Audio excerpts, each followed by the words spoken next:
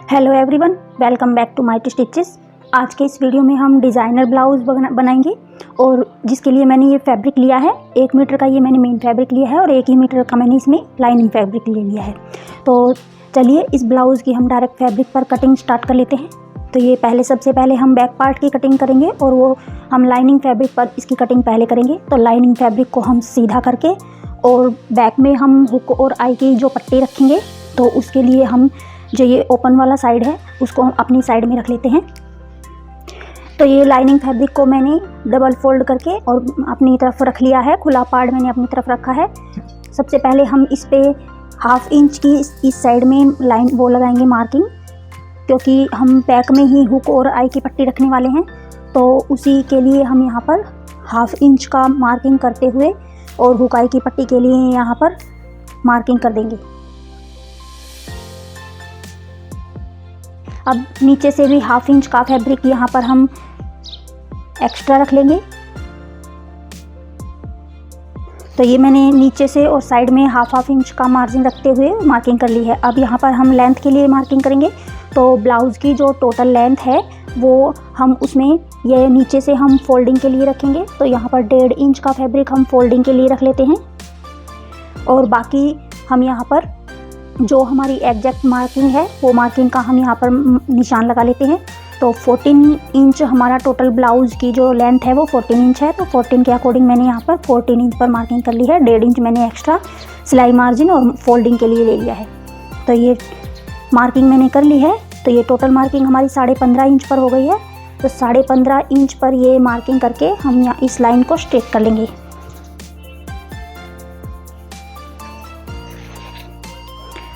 अब यहाँ पर हम शोल्डर के लिए मार्किंग करेंगे।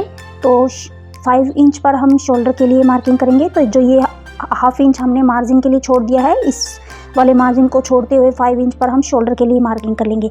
शोल्डर के लिए मार्किंग किस तरह से करते हैं, जितना आपका शोल्डर है उसको आप हाफ में डिवाइड कर लीजिए और उसमें 2 इंच माइनस कर लीजिए। अगर आप स्लीवलेस ब्लाउज बना रहे हैं तो भी, और अगर आप स्लीव्स वाला ब्लाउज बना रहे हैं तो भी आपको 2 इंच यहाँ पर माइनस करना होता है। अगर आप यहाँ पर ये शोल्डर स्ट्रिप कम रखना चाहते हैं, जैसे 1 इंच, 1.5 इंच, 2 इंच, जिस हिसाब से आप यहाँ पर शोल्डर स्ट्रिप रखना चाहते हैं उतना आप यहाँ पर शोल्डर को कम, इस वाली मार्किंग को कम कर सकते हैं। तो मैंने 5 इंच पर यहाँ पर शोल्डर के लिए मार्किंग कर ली है। अब हमें आर्म होल के लिए मार्किंग करनी है। तो जितना हमारा शोल्डर होता है उसमें से हम हाफ करके और 1 इंच यहाँ पर माइनस कर लेते हैं। तो यहाँ पर मेरा 7 इंच टोटल शोल्डर का हाफ है। 7 में से 1 इंच माइनस करके यहाँ पर 6 इंच आ जाता है। तो 6 इंच पर हम यहाँ पर मार्किंग करते हुए इस लाइन को इस तरह से स्ट्रेट में मिला लेंगे। 1.5 इंच पर हम यहाँ पर आर्म होल के लिए मार्किंग करेंगे। तो बैक पार्ट का हम आर्म होल यहाँ पर ड्रॉ कर रहे हैं। तो 1.5 इंच पर हम इसकी मार्किंग लगाते हुए और यहाँ पर निशान लगा लेंगे। तो बैक पार्ट में जिस तरह से हम नॉर्मल ब्लाउज की कटिंग करते हैं, सेम उसी मेथड से हम यहाँ पर कटिंग कर रहे हैं। अब यहाँ पर हम चेस्ट का 4th पार्ट लगाएंगे। तो जो आपकी चेस्ट है उसको आप 4 से डिवाइड कर लीजिए और जो भी आपका आता है वो आप एग्जैक्ट यहाँ पर मार्किंग कर लीजिए। हम यहाँ पर 1/2 इंच लूजिंग के लिए नहीं लेंगे, 1.5 इंच यहाँ पर हम सिलाई मार्जिन के लिए ले लेंगे। क्योंकि ये हम लूजिंग के लिए इसलिए नहीं ले रहे हैं क्योंकि जो बैक का हमारा नेक है ये बहुत ज़्यादा डीप है, इसलिए हम यहाँ पर लूजिंग ऐड नहीं कर रहे हैं, सिर्फ सिलाई मार्जिन हमने फैब्रिक लिया है। अब यहाँ पर हम कमर के लिए मार्किंग करेंगे। तो कमर का 4th पार्ट हम यहाँ पर लगा लेंगे। जो भी आपका कमर का 4th पार्ट है आप वो यहाँ पर मार्किंग कर लीजिए।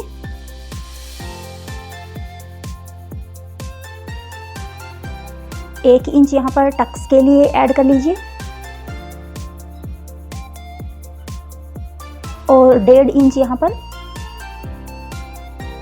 सिलाई मार्जिन के लिए ऐड कर लीजिए और इन पॉइंट्स को आप स्केल की हेल्प से स्ट्रेट में मिला लीजिए। तो ये मार्किंग हमारी हो गई है। अब यहाँ पर हम टक्स के लिए मार्किंग करेंगे। तो चेस्ट का 4th पार्ट प्लस 1.5 इंच में यहाँ पर लेंथ लूँगी और चेस्ट का 10वां भाग मैं यहाँ पर विड्थ लूँगी टक्स पॉइंट की। अब इसको हम स्ट्रेट कर लेंगे और यहाँ से हम 1 इंच हमने टक्स के लिए लिया था, तो 1 इंच को दोनों साइड में हाफ में इस तरह से मार्किंग करते हुए और इन मार्किंग को हम यहाँ पे मिला लेंगे।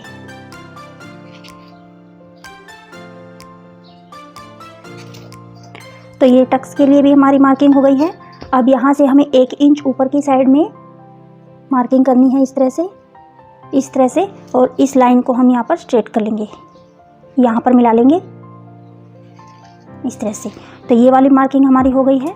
अब हमें यहाँ पर नेक के लिए मार्किंग कर लेनी है। तो बैक में हम वी शेप का नेक बनाएंगे। 2.5 इंच हम यहाँ पर नेक की विड्थ रखेंगे, और लेंथ हम यहाँ पर बैक हुक की जो पट्टी आप जितनी रखना चाहते हैं उतना आप छोड़ते हुए नेक यहाँ पर रख सकते हैं। तो ये 1.5 इंच हमने फोल्डिंग के लिए सिलाई मार्जिन लिया था, इसको छोड़ते हुए, और जितनी आप यहाँ पर पट्टी रखेंगे उतना आप यहाँ पर निशान लगा लीजिए। तो 2.5 इंच हमने नेक की विड्थ रखी है। इस तरह से एक बार हम बॉक्स यहाँ पर क्रिएट कर लेंगे और इस लाइन को यहाँ पर स्ट्रेट में मिला लेंगे। तो आप जिस तरह से नेक की शेप लगाना चाहें आप उस तरीके से यहाँ पर नेक की शेप लगा सकते हैं। और नेक हमारा डीप है, आप और भी ज़्यादा डीप नेक करना चाहें तो आप उतना भी कर सकते हैं। अब यहाँ से हमें 1/2 इंच नेक की साइड में कम करना होता है, क्योंकि हमारा नेक डीप है, फ्रंट में भी हमारा डीप रहेगा और बैक में भी हमारा डीप रहेगा। तो यहाँ से हम इस वाले पॉइंट को शोल्डर पर मिलाएंगे, तो यहाँ से हमारा 2 या 3 पॉइंट कम हो जाएगा। 1/2 इंच हम नेक की साइड से कम करेंगे तो यहाँ से मैं इसी तरह से नेक को कम करती हूँ। अब यहाँ से आप देख लीजिए चेक करके, 2 या 3 पॉइंट ही हमारा यहाँ पर कम हुआ है, 2 पॉइंट हमारा यहाँ पर कम हुआ है।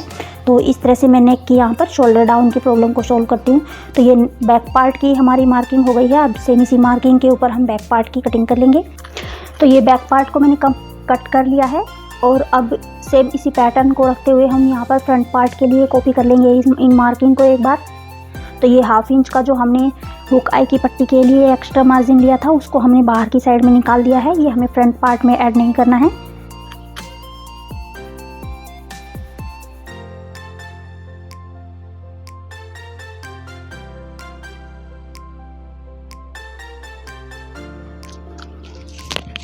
तो 5 इंच पर हमने बैक पार्ट का शोल्डर लिया था, 5 इंच पर ही हम फ्रंट पार्ट का शोल्डर लेंगे।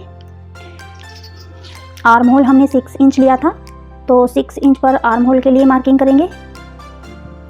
और जो हमने बैक पार्ट में यहाँ से लिया था 5 इंच, उसको हम 1/2 इंच और कम कर देंगे। तो यहाँ पर 4.5 इंच पर हम मार्किंग करेंगे फ्रंट पार्ट के शोल्डर की, और इस लाइन को हम इस तरह से स्ट्रेट कर देंगे।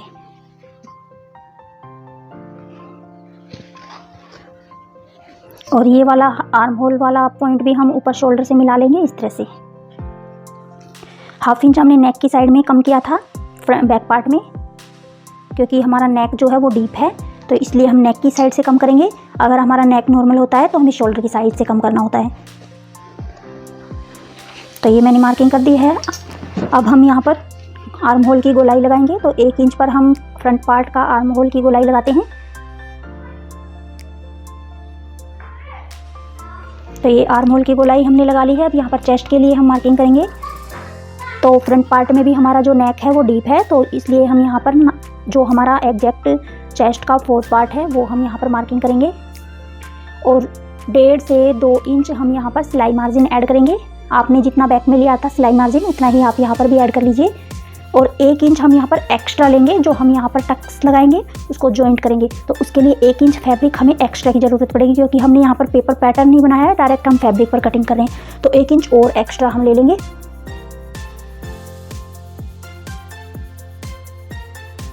तो ये हमारा एग्जैक्ट मार्किंग है। इस मार्किंग से आगे हम 1 इंच एक्स्ट्रा और यहाँ पर फैब्रिक ले लेते हैं इस तरह से। तो ये वाली मार्किंग हमारी हो गई है। ये हमारी फिटिंग की मार्किंग है, ये हमारी एक्स्ट्रा मार्किंग है। तो ये मार्किंग चेस्ट के लिए हमने लगा ली है। अब हमें यहाँ पर जो फ्रंट पार्ट की लेंथ है वो 1 इंच बढ़ानी है, क्योंकि हम यहाँ पर टक्स लगाएंगे तो उसमें 1 इंच एक्स्ट्रा हमें फैब्रिक की ज़रूरत पड़ेगी। तो यहाँ बैक पार्ट में हमने 15.5 इंच जो है लेंथ ली थी। अब यहाँ पर 16.5 इंच लेंथ हम लेकर और इस लाइन को स्ट्रेट कर लेंगे।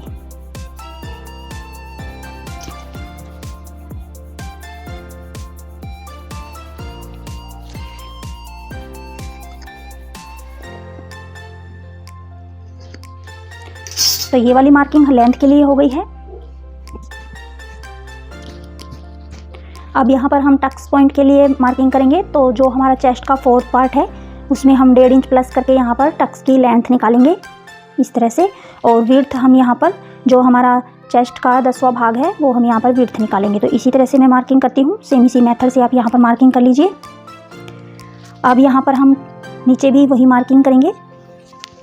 तो जितना हमारा ब्लाउज़ का टोटल साइज़ है उसको हम एक बार यहाँ पर मार्क कर लेते हैं। तो 14 इंच मेरा ब्लाउज़ का टोटल है। तो यहाँ तक हम इस मार्किंग को स्ट्रेट रखेंगे, इस वाली मार्किंग को। तो एक बार हम यहाँ पर चेस्ट का 10th भाग यहाँ पर मार्क कर लेते हैं और ये मार्किंग को सीधी मिला लेते हैं इस तरह से। अब हम यहाँ पर जो हमारी कमर का 4th पार्ट है वो यहाँ मार्किंग करेंगे। तो जो आपकी कमर का 4th पार्ट है वो आप यहाँ पर लगा लीजिए। 2.5 इंच आप यहाँ पर सिलाई इस टक्स में ऐड करने वाला फैब्रिक लगा लीजिए, चाहे आपका जो साइज़ है उसके अकॉर्डिंग। और 1.5 इंच यहाँ पर आप सिलाई मार्जिन के लिए लगा लीजिए। तो पहले हम यहाँ पर टक्स ऐड कर लेते हैं, उसके बाद आगे की मार्किंग करेंगे। तो 2.5 से 3 इंच आप यहाँ पर टक्स में ऐड कर सकते हैं। तो मैं यहाँ पर 3 इंच के लिए मार्किंग करूँगी टक्स के लिए, क्योंकि ये साइज़ जो है मेरा 36 साइज़ है। 34 साइज़, 32 साइज़ में आप 2.5 इंच यहाँ पर टक्स में ऐड कर सकते हैं। 36, 38 में आप 3 इंच यहाँ टक्स में ऐड कर सकते हैं। तो साइज़ के अकॉर्डिंग होता है। मैंने अपने चैनल पर बहुत सारे प्रिंसेस कट के ब्लाउज के जो है वीडियो शेयर किए हुए हैं। आप एक बार मेरे चैनल पर विजिट करके और वो सभी ब्लाउज ज़रूर चेक कर लीजिए। मैंने बहुत डिफरेंट टाइप के डिज़ाइंस अपने चैनल पर शेयर किए हुए हैं। तो यहाँ पर हम 3 इंच को डिवाइड करेंगे इस वाले पॉइंट से। तो ये वाला जो पॉइंट है यहाँ से हम 1 इंच लेंगे और बाकी का 2 इंच हम इधर ऐड कर देंगे। तो 3 इंच हमारा यहाँ पर टक्स का हो गया टोटल मेजरमेंट यहाँ पर।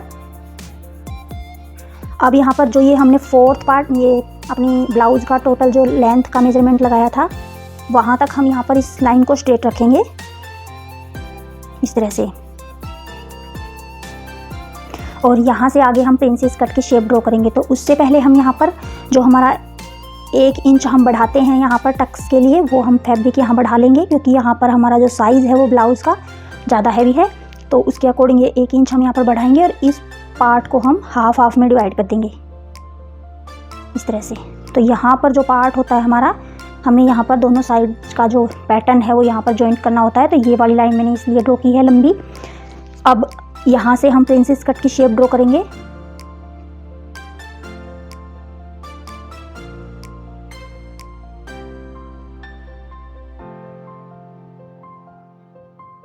इस तरह से, और इस वाली लाइन को हम यहाँ पर स्ट्रेट कर लेंगे।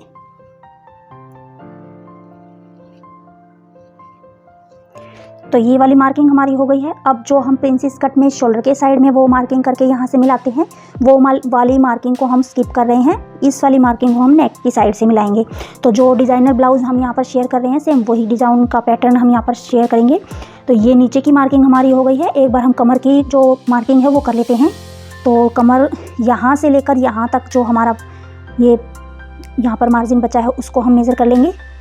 और कमर का 4th पार्ट हम यहाँ पर रखेंगे। जितना भी आपका कमर का 4th पार्ट है इस वाली मार्किंग पर रख लीजिए, और यहाँ तक का जो फैब्रिक आपका बचा था उतना आप यहाँ पर मार्किंग कर दीजिए। तो ये वाली मार्किंग हमारी हो गई है। अब यहाँ से आगे 1.5 इंच हम सिलाई मार्जिन के लिए लेंगे और 1 इंच एक्स्ट्रा हम टक्स जो यहाँ पर जॉइंट करेंगे उसके लिए हम ऐड कर लेंगे 1 इंच एक्स्ट्रा फैब्रिक, क्योंकि हम डायरेक्ट कपड़े पर ऐड कर रहे हैं तो हमारा फैब्रिक यहाँ पर एक्स्ट्रा की ज़रूरत पड़ेगी। तो अब हम यहाँ पर अपनी कमर जो बैक पार्ट है वो लेके आएंगे। यहाँ का जो साइज़ है वो मेज़र करने के लिए, तो इस साइज़ के अकॉर्डिंग ही हम यहाँ पर मार्किंग करेंगे। बैक पार्ट का जो साइज़ है उसके अकॉर्डिंग। तो ये फिटिंग वाला पार्ट है, इसको फिटिंग वाले पार्ट पर रखेंगे इस तरह से। और यहाँ पर जो हमारी कमर की साइज़ है इसको हम इस तरह से मैच कर देंगे। अब इसको हम हटा देंगे और यहाँ से हम जो हमारा ये वाला साइज़ है इसको मेज़र कर लेंगे। यहाँ से जितना हमारा ये बचता है उतना ही हमारा यहाँ पर बचना चाहिए। तो ये हमारा यहाँ से ये है इतना 6.5 से 1 पॉइंट कम, तो इतना ही हमारा यहाँ पर हम मेज़र कर लेते हैं। इस तरह से भी मेज़र कर सकते हैं आप।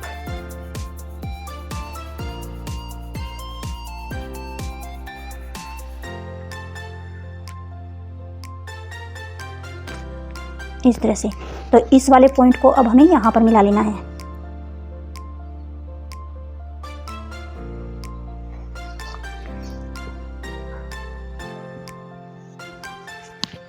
तो ये मार्किंग हमारी हो गई है। अब हमें यहाँ पर एक बार नेक के लिए मार्किंग करनी है, तो हम इस वाले पॉइंट को थोड़ा सा आगे यहाँ पर बढ़ा लेते हैं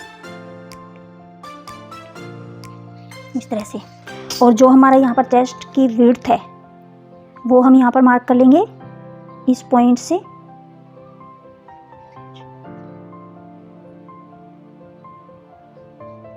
इस तरह से, और यहाँ से 1 इंच एक्स्ट्रा हम ऊपर की तरफ रखेंगे। तो अब यहाँ पर नेक की विड्थ हम लगाएंगे। नेक की विड्थ हमारी 2.5 इंच है और 10 इंच का हम यहाँ पर नेक रखेंगे। तो यहाँ से हम 10 इंच मार्क कर लेते हैं इस तरह से। तो ये हमने 10 इंच पर मार्किंग कर दी है। इस वाली मार्किंग को हम इस तरह से स्ट्रेट करेंगे। तो नेक की विड्थ हमने यहाँ पर लगाई थी 2.5 इंच, नीचे की साइड में हम आधा इंच बढ़ा देंगे और इस वाली मार्किंग को इस तरह से मिलाएंगे इस तरह से। अब यहाँ पर हमें इसको मिला लेना है। नेक की आप यहाँ पर जो शेप यहाँ पर लगाना चाहें वो आप यहाँ पर शेप लगा सकते हैं। मैं यहाँ पर वही जो हम डिज़ाइन शेयर कर रहे हैं वो वाली शेप यहाँ पर मैं ड्रॉ कर रही हूँ।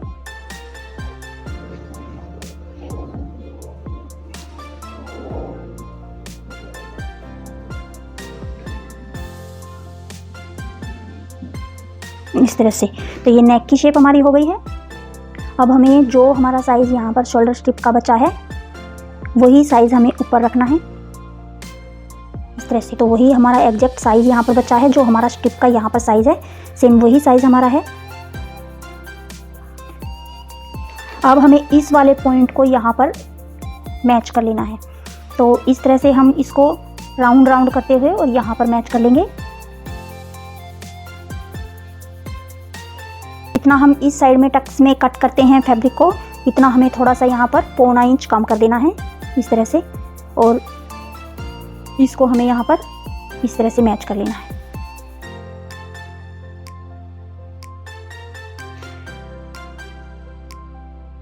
अब सेम इसी मार्किंग के ऊपर हमें यहाँ पर कटिंग कर लेनी है। तो एक बार मैं कटिंग कर लेती हूँ इसकी। तो इस तरह से मैंने ये फ्रंट पार्ट की कटिंग कर ली है और बैक पार्ट की भी हमारी कटिंग पहले ही हो गई है। तो अब दोनों पैटर्न्स को रखते हुए हमें मेन फैब्रिक पर भी इसकी कटिंग कर लेनी है। तो सेम पैटर्न्स को हम मेन फैब्रिक पर रखकर इसकी कटिंग कर लेते हैं एक बार। तो ये मैंने इनर पार्ट को मेन फैब्रिक पर रख लिया है। आपका जैसे भी फैब्रिक सेट होता है आप उसी के अकॉर्डिंग यहाँ पर रख लीजिए। ये मेरे फ्रंट पार्ट का साइड पैनल है और ये नेक वाला पैनल है और ये बैक पार्ट है। तो जिस तरह से भी आपका फैब्रिक सेट हो आप उसी तरह से फैब्रिक को रखकर इस पैटर्न को और मेन फैब्रिक पर कटिंग कर लीजिए। ये बंद वाला साइड है जिसमें मैंने ये फ्रंट पार्ट का नेक वाला पैनल रखा है और ये जो साइड वाला पैनल है ये मैंने ओपन वाले साइड में रखा है। तो अब इस ब्लाउज़ को मैंने मार्क कर लिया है। अब सेम इसी मार्किंग के ऊपर हमें इसकी कटिंग कर लेनी है। तो एक बार हम कटिंग कर लेते हैं इन पैटर्न्स को। ये लाइनिंग फैब्रिक को रखकर इनर जो हमारा मेन फैब्रिक है उस पर हमने ब्लाउज़ की कटिंग कर ली है। ये फ्रंट पार्ट है और ये बैक पार्ट है। तो हमें इसकी स्टिचिंग करनी है। तो अब स्टिचिंग के लिए हमें सबसे पहले जो ये फैब्रिक है इनको अच्छी तरह से सेट कर लेना है। तो ये नेक वाला पैनल है फ्रंट पार्ट का और ये हमारा साइड पैनल है। तो इनको हमें इनर फैब्रिक के साथ अच्छी तरह से सेट करते हुए रख लेना है। तो ये हमारा है यहाँ पर नेक वाला पैटर्न। तो नेक को हम पहले यहाँ पर जो हमारा ये मेन साइड का जो फ्रंट पार्ट है सीधे वाला साइड, इसको हमें इस तरह से रखना है।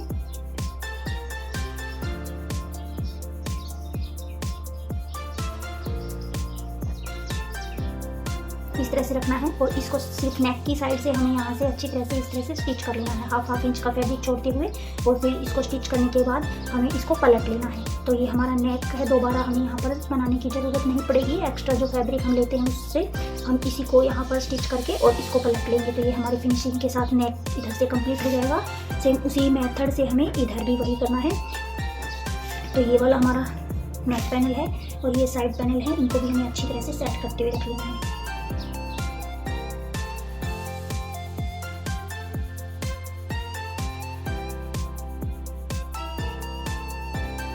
तो इस तरह से अच्छी तरह से सेट हमने ये कर लिया है। अब इसकी हमें स्टिचिंग लगानी है। तो इस तरह से पहले हमें ये जो नेक वाला हमारा साइड है इसको हमें इस तरह से स्टिच कर लेना है। जहाँ पर हमारा नेक जॉइंट होगा वहाँ तक हमें इसको अच्छी तरह से स्टिच कर लेना है। यहाँ तक स्टिच करने के बाद इसको दूसरी साइड में पलट लेना है। तो चलिए पहले हम इसकी स्टिचिंग कर लेते हैं ब्लाउज़ की। इसी तरह से हमें बैक पार्ट अपना जिस तरह से हम स्टिच करते हैं उसी तरह से हमें बैक पार्ट के भी पैनल को अच्छी तरह से सेट करते हुए पहले हमें नेक की साइड से स्टिचिंग लगा के इनको पलट लेना है। उसके बाद हमें चारों तरफ से स्टिचिंग लगाते हुए और टक्स लगाने के बाद जो ये हमारी हुक आई की पट्टी है ये हमें अटैच कर लेनी है। तो चलिए हम ब्लाउज की स्टिचिंग स्टेप बाय स्टेप करते हैं मशीन पर।